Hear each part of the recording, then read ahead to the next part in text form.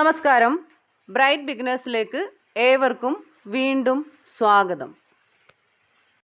Indian constitution part 3 fundamental റൈറ്റ്സിൽ നിന്നുള്ള article 32 right to constitutional റെമഡീസിനെ കുറിച്ചാണ് ഇന്ന് നമ്മൾ ഡിസ്കസ് ചെയ്യാൻ പോകുന്നത്.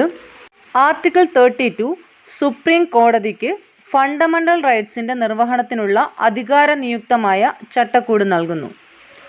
ഡോക്ടർ BR അംബേദ്കർ ആർട്ടിക്കിൾ 32നെ വിശേഷിപ്പിച്ചത് the fundamentals of the fundamental rights എന്നും an article without which the constitution would be nullify it is the very soul of the constitution and the very heart of it എന്നുമാണ്. Article 32 കോൺസ്റ്റിറ്റ്യൂഷൻ്റെ basic ഫീച്ചറാണെന്ന് supreme court rule ചെയ്തിട്ടുണ്ട്. ആയതിനാൽ article 32നെ സംഗ്രഹിക്കുവാനോ constitutional amendment പ്രകാരം എടുത്തു കളയുവാനോ കഴിയില്ല. ആർട്ടിക്കിൾ 32 ഉൾപ്പെടുന്ന പ്രൊവിഷൻസ് ഏതൊക്കെയാണെന്ന് പരിശോധിക്കാം. ആദ്യമായി, പൗരന്മാർക്ക് ഫണ്ടമെൻ്റൽ റൈറ്റ്സിൻ്റെ എൻഫോഴ്സ്മെൻറ്റിനായി ഉചിതമായ നടപടിക്രമത്തിലൂടെ സുപ്രീം കോടതിയെ സമീപിക്കാനുള്ള അവകാശം ആർട്ടിക്കിൾ 32 ഉറപ്പ് നൽകുന്നു. രണ്ടാമതായി, ഫണ്ടമെൻ്റൽ റൈറ്റ്സിൻ്റെ എൻഫോഴ്സ്മെൻറ്റിനായി സുപ്രീം കോർട്ടിന് റിട്ടുകളോ നിർദ്ദേശങ്ങളോ ഉത്തരവുകളോ പുറപ്പെടുവിക്കാനുള്ള അവകാശം നൽകുന്നു. മൂന്നാമത്തെ പ്രൊവിഷൻ, സുപ്രീം കോടതി അല്ലാത്ത മറ്റു കോടതികൾക്ക് റിട്ടുകളോ നിർദ്ദേശങ്ങളോ ഉത്തരവുകളോ പുറപ്പെടുവിക്കാൻ പാർലമെൻറ്റിനെ ചുമതലപ്പെടുത്തുന്നതാണ്. എന്നാൽ സുപ്രീം കോടതിക്ക് നൽകിയിട്ടുള്ള സമാനമായ അധികാരത്തിന് കോട്ടം തട്ടാതെ വേണം ഇത്തരം ചുമതലപ്പെടുത്തലുകൾ ചെയ്യാൻ. ഇതിൽ നിന്നും വ്യക്തമാകുന്നത് സുപ്രീം കോടതി രൂപീകരിച്ചിരിക്കുന്നത് തന്നെ പൗരന്മാരുടെ ഫണ്ടമെൻ്റൽ റൈറ്റ്സിൻ്റെ ഡിഫൻഡറായിട്ടും ഗ്യാരണ്ടറായിട്ടുമാണ് എന്നുള്ളതാണ്. ഈ പർപ്പസിന് വേണ്ടിയിട്ട് original and wide powers supreme കോടതിയിൽ നിക്ഷിപ്തമാണ്. ഒറിജിനൽ പവർ എന്തെന്നാൽ അഗ്രീവ്ഡ് സിറ്റിസൺസിന് ഡയറക്റ്റ്ലി സുപ്രീം കോർട്ടിനെ സമീപിക്കാം, അപ്പീൽ ആവശ്യമില്ല. വൈഡ് പവർ എന്തെന്നാൽ സുപ്രീം കോടതിക്ക് ഉത്തരവുകളോ നിർദ്ദേശങ്ങളോ പുറപ്പെടുവിക്കാനുള്ള അധികാരം മാത്രമല്ല, മറിച്ച് എല്ലാത്തരം റിട്ടുകളും പുറപ്പെടുവിക്കാനുള്ള അധികാരവും ഉണ്ട് എന്നതാണ്. കോൺസ്റ്റിറ്റ്യൂഷൻ ഗ്യാരണ്ടി ചെയ്യുന്ന ഫണ്ടമെൻ്റൽ റൈറ്റ്സ് മാത്രമേ ആർട്ടിക്കിൾ 32 പ്രകാരം എൻഫോഴ്സ് ചെയ്യാൻ കഴിയുകയുള്ളൂ. Non fundamental rights, constitutional rights, statutory rights, customary rights മുതലായ മറ്റു റൈറ്റുകൾ ആർട്ടിക്കിൾ 32 പ്രകാരം എൻഫോഴ്സ് ചെയ്യാൻ കഴിയുകയില്ല. ഫണ്ടമെൻ്റൽ റൈറ്റ്സിൻ്റെ എൻഫോഴ്സ്മെൻറ്റുമായി ബന്ധപ്പെട്ടിട്ട് സുപ്രീം കോർട്ടിൻ്റെ ജൂറിസ്ഡിക്ഷൻ ഒറിജിനൽ ആണ്, അല്ലാതെ എക്സ്ക്ലൂസീവ് അല്ല. ആർട്ടിക്കിൾ 32 പ്രകാരമുള്ള സുപ്രീം കോടതിയുടെ നിയമാധികാരം ആർട്ടിക്കിൾ 226 പ്രകാരമുള്ള ഹൈക്കോടതിയുടെ നിയമാധികാരവുമായിട്ട് കൺകറൻറ്റ് ആയിട്ടുള്ളതാണ്. അടുത്തതായിട്ട്, സുപ്രീം കോടതിയുടെ റിട്ട് ജൂറിസ്ഡിക്ഷനും ഹൈക്കോടതിയുടെ റിട്ട് ജൂറിസ്ഡിക്ഷനും തമ്മിലുള്ള വ്യത്യാസങ്ങൾ പരിശോധിക്കാം. ആദ്യമായിട്ട്, ഫണ്ടമെൻ്റൽ റൈറ്റ്സിൻ്റെ എൻഫോഴ്സ്മെൻറ്റിന് വേണ്ടിയിട്ട് മാത്രമാണ് സുപ്രീം കോർട്ടിന് റിട്ടുകൾ ഇഷ്യൂ ചെയ്യാൻ സാധിക്കുകയുള്ളൂ എന്നതാണ്. എന്നാൽ ഹൈക്കോടതിക്ക് ഫണ്ടമെൻ്റൽ റൈറ്റ്സിൻ്റെ എൻഫോഴ്സ്മെൻറ്റിന് വേണ്ടിയിട്ട് മാത്രമല്ല, ഏത് പർപ്പസിന് വേണ്ടിയിട്ടും റിട്ടുകൾ ഇഷ്യൂ ചെയ്യാം. ഈ സംഗതിയിൽ സുപ്രീം കോടതിയുടെ റിട്ട് ജൂറിസ്ഡിക്ഷൻ ഹൈക്കോടതിയുടെ റിട്ട് ജൂറിസ്ഡിക്ഷനേക്കാൾ പരിമിതമായതാണ്. ആർട്ടിക്കിൾ 32 പ്രകാരമുള്ള റെമഡി തന്നെ ഒരു ഫണ്ടമെൻ്റൽ റൈറ്റ് ആയതിനാൽ സുപ്രീം കോടതിക്ക് അതിൻ്റെ റിട്ട് ജൂറിസ്ഡിക്ഷൻ നിർവഹിക്കുന്നത് നിരസിക്കാൻ കഴിയുകയില്ല.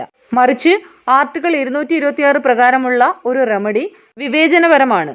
അതിനാൽ ഹൈക്കോടതിക്ക് വേണമെങ്കിൽ അതിൻ്റെ റിട്ട് ജൂറിസ്ഡിക്ഷൻ എക്സർസൈസ് ചെയ്യൽ നിരസിക്കാം. ഇങ്ങനെയാണ് സുപ്രീം കോടതിയുടെ റിട്ട് ജൂറിസ്ഡിക്ഷൻ പവർ ഹൈക്കോടതിയുടെ റിട്ട് ജൂറിസ്ഡിക്ഷനിൽ നിന്നും വ്യത്യസ്തമായിരിക്കുന്നത്. അടുത്തതായിട്ട് നമുക്ക് 5 തരം റിട്ടുകളെ കുറിച്ച് പരിശോധിക്കാം. 5 forms of writs. Writ issuing concept Indian constitution borrow ചെയ്തിരിക്കുന്നത് UK കോൺസ്റ്റിറ്റ്യൂഷനിൽ നിന്നാണ്. 5 forms of writs. Number 1 habeas corpus, number 2 mandamus, number 3 prohibition, number 4 certiorari, number 5 quo warranto. ആദ്യമായി നമുക്ക് ഹേബിയസ് കോർപ്പസ് എന്ന റിട്ടിനെ കുറിച്ച് പഠിക്കാം. ഇതൊരു ലാറ്റിൻ പദമാണ്. ഇത് ലിറ്റററി മീൻ ചെയ്യുന്നത് to have the body of എന്നാണ്. അതായത് തടങ്കലിൽ പാർപ്പിച്ചിരിക്കുന്ന ഒരു വ്യക്തിയെ കോടതിക്ക് മുന്നിൽ ഹാജരാക്കുവാൻ വേണ്ടി കോടതി പുറപ്പെടുവിക്കുന്ന ഉത്തരവാണ് ഹേബിയസ് കോർപ്പസ്. ഈ വ്യക്തിയെ കോടതിയിൽ ഹാജരാക്കിയതിനു ശേഷം കോർട്ട് അയാളുടെ ഡിറ്റൻഷൻ്റെ കാരണവും നിയമസാധുത്വവും പരിശോധിക്കും. ഡിറ്റൻഷൻ ഇല്ലീഗൽ ആണെന്ന് കണ്ടു കഴിഞ്ഞാൽ കോർട്ട് ഡീറ്റൈൻഡ് പേഴ്സണെ സ്വതന്ത്രനാക്കുകയും ചെയ്യും. അതിനാൽ ഹേബിയസ് കോർപ്പസ് എന്ന ഈ റിട്ട് സ്വേച്ഛാപരമായ തടങ്കലിനെതിരെയുള്ള വ്യക്തി സ്വാതന്ത്ര്യത്തിൻ്റെ ബുൾവാക്ക് ആണ് എന്ന് പറയാം. ഹേബിയസ് കോർപ്പസ് എന്ന ഈ റിട്ട് പബ്ലിക് അതോറിറ്റീസിനെതിരായും അതുപോലെ തന്നെ പ്രൈവറ്റ് ഇൻഡിവിജ്വൽസിനെതിരായും ഇഷ്യൂ ചെയ്യാവുന്നതാണ്. ഇനി ഒരാളുടെ ഡിറ്റൻഷൻ ലോഫുൾ ആണെങ്കിലും ഡിറ്റൻഷൻ നടപടികൾ contempt of court, contempt of legislature മൂലമെങ്കിലും ഡിറ്റൻഷൻ ചെയ്തത് ഒരു കോമ്പീറ്റൻറ്റ് കോർട്ട് ആണെങ്കിലും ഡിറ്റൻഷൻ കോർട്ടിൻ്റെ ജൂറിസ്ഡിക്ഷന് പുറത്താണെങ്കിലും ഹേബിയസ് കോർപ്പസ് എന്ന റിട്ട് ഇഷ്യൂ ചെയ്യാൻ പാടില്ല. ഇത്രയും കാര്യങ്ങളാണ് ഹേബിയസ് കോർപ്പസിനെ കുറിച്ച് നമുക്ക് ഡിസ്കസ് ചെയ്യാനുണ്ടായിരുന്നത്. അടുത്തതായി നമ്മൾ ഡിസ്കസ് ചെയ്യാൻ പോകുന്നത് മാൻഡമസ് എന്ന റിട്ടിനെ കുറിച്ചാണ്. മാൻഡമസ് എന്ന ഈ റിട്ടിൻ്റെ ലിറ്റററി മീനിങ് വി കമാൻഡ് എന്നതാണ്. തൻ്റെ ഡ്യൂട്ടി ചെയ്യാൻ പരാജയപ്പെട്ട അല്ലെങ്കിൽ ഡ്യൂട്ടി ചെയ്യാത്ത ഒരു പബ്ലിക് ഒഫീഷ്യലിനോട് അത് ചെയ്യുവാൻ ആവശ്യപ്പെട്ടുകൊണ്ട് കോർട്ട് ഇഷ്യൂ ചെയ്യുന്ന ഒരു കമാൻഡാണ് മാൻഡമസ്. സെയിം പർപ്പസ് ആവശ്യപ്പെട്ടുകൊണ്ട് ഗവൺമെൻറ്റിനെതിരായോ ഒരു ട്രിബ്യൂണലിനെതിരായോ മറ്റൊരു ഇൻഫീരിയർ കോർട്ടിനെതിരായോ ഒരു കോർപ്പറേഷനെതിരായോ ഒരു പബ്ലിക് ബോഡിക്കെതിരായോ കോർട്ടിന് ഈ റിട്ട് ഇഷ്യൂ ചെയ്യാം. ഇനി റിട്ട് ഓഫ് മാൻഡമസ് ഇഷ്യൂ ചെയ്യാൻ പാടില്ലാത്തത് എവിടെയൊക്കെയാണെന്ന് പരിശോധിക്കാം. ആദ്യമായി ഒരു പ്രൈവറ്റ് ഇൻഡിവിജ്വൽ അല്ലെങ്കിൽ പ്രൈവറ്റ് ബോഡിക്കെതിരായിട്ട് മാൻഡമസ് റിട്ട് ഇഷ്യൂ ചെയ്യാൻ പാടില്ല. രണ്ടാമതായിട്ട് സ്റ്റാറ്റ്യൂട്ടറി ഫോഴ്സ് പൊസസ് ചെയ്യാത്ത ഡിപ്പാർട്ട്മെൻറ്റൽ ഇൻസ്ട്രക്ഷൻ എൻഫോഴ്സ് ചെയ്യാൻ വേണ്ടിയിട്ട് മാൻഡമസ് റിട്ട് ഇഷ്യൂ ചെയ്യാൻ പാടില്ല. മൂന്നാമതായിട്ട് ഡ്യൂട്ടി മാൻഡേറ്ററി അല്ലാതെ ഇരിക്കുകയും ഡിസ്ക്രിഷണറി ആയിരിക്കുകയും ചെയ്താൽ മാൻഡമസ് റിട്ട് ഇഷ്യൂ ചെയ്യാൻ പാടില്ല. നാലാമതായി ഒരു കോൺട്രാക്ച്വൽ ഒബ്ലിഗേഷൻ എൻഫോഴ്സ് ചെയ്യാൻ വേണ്ടിയിട്ട് മാൻഡമസ് റിട്ട് ഇഷ്യൂ ചെയ്യാൻ പാടില്ല. അഞ്ചാമതായിട്ട് president of India, state governors ഇവർക്കെതിരായിട്ട് മാൻഡമസ് റിട്ട് ഇഷ്യൂ ചെയ്യാൻ പാടില്ല. അടുത്തതായിട്ട് chief justice of India, chief justice of high courts ഇവർ ജുഡീഷ്യൽ കപ്പാസിറ്റിയിൽ ആക്ട് ചെയ്യുമ്പോൾ ഇവർക്കെതിരെ മാൻഡമസ് റിട്ട് ഇഷ്യൂ ചെയ്യാൻ പാടില്ല. ഇത്രയും കാര്യങ്ങളാണ് മാൻഡമസ് റിട്ടിനെ കുറിച്ച് നമുക്ക് ഡിസ്കസ് ചെയ്യാനുണ്ടായിരുന്നത്. മൂന്നാമതായി നമ്മൾ ഡിസ്കസ് ചെയ്യാൻ പോകുന്നത് പ്രൊഹിബിഷൻ എന്ന റിട്ടിനെ കുറിച്ചാണ്. പ്രൊഹിബിഷൻ ലിറ്റററി മീൻ ചെയ്യുന്നത് ടു ഫോർബിഡ് എന്നാണ്. ഇത്തരത്തിലുള്ള റിട്ടുകൾ ഇഷ്യൂ ചെയ്യുന്നത് ഒരു ഹയർ കോർട്ട് ആയിരിക്കും. ഒരു ഹയർ കോർട്ട് ഒരു ലോവർ കോർട്ടിനെ അല്ലെങ്കിൽ ട്രിബ്യൂണലിനെ അവയുടെ ജൂറിസ്ഡിക്ഷൻ എക്സീഡ് ചെയ്യുന്നതിൽ നിന്നും അല്ലെങ്കിൽ അത് പൊസസ് ചെയ്യാത്ത ഒരു ജൂറിസ്ഡിക്ഷൻ അബ്സോർബ് ചെയ്യുന്നതിൽ നിന്നും തടഞ്ഞുകൊണ്ട് ഇഷ്യൂ ചെയ്യുന്ന റിട്ടാണ് പ്രൊഹിബിഷൻ. മാൻഡമസ് ഡയറക്റ്റ് ചെയ്യുന്നത് ആക്ടിവിറ്റിയാണ്, എന്നാൽ പ്രൊഹിബിഷൻ ഡയറക്റ്റ് ചെയ്യുന്നത് ഇനാക്ടിവിറ്റിയാണ്.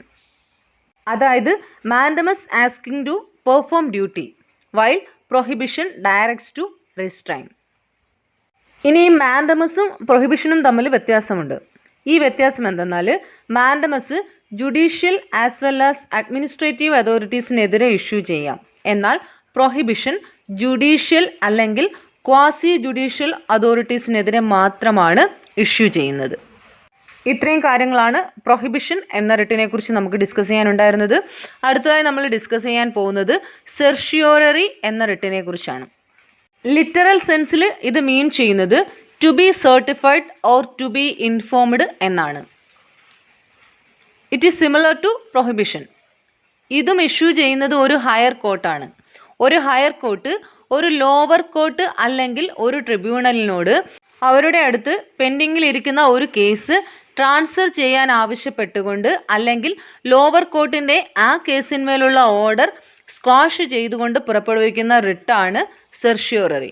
ഈ സെർഷ്യോററി റിട്ട് ഇഷ്യൂ ചെയ്യാൻ കുറച്ച് ഗ്രൗണ്ട്സുകളുണ്ട്. അതേതൊക്കെയാണെന്ന് വെച്ചാൽ ഒന്നുകിൽ എക്സസ് ഓഫ് ജൂറിസ്ഡിക്ഷൻ ആവാം, അല്ലെങ്കിൽ ലാക്ക് ഓഫ് ജൂറിസ്ഡിക്ഷൻ ആവാം, അതുമല്ലെങ്കിൽ എറർ ഓഫ് ലോ ആകാം.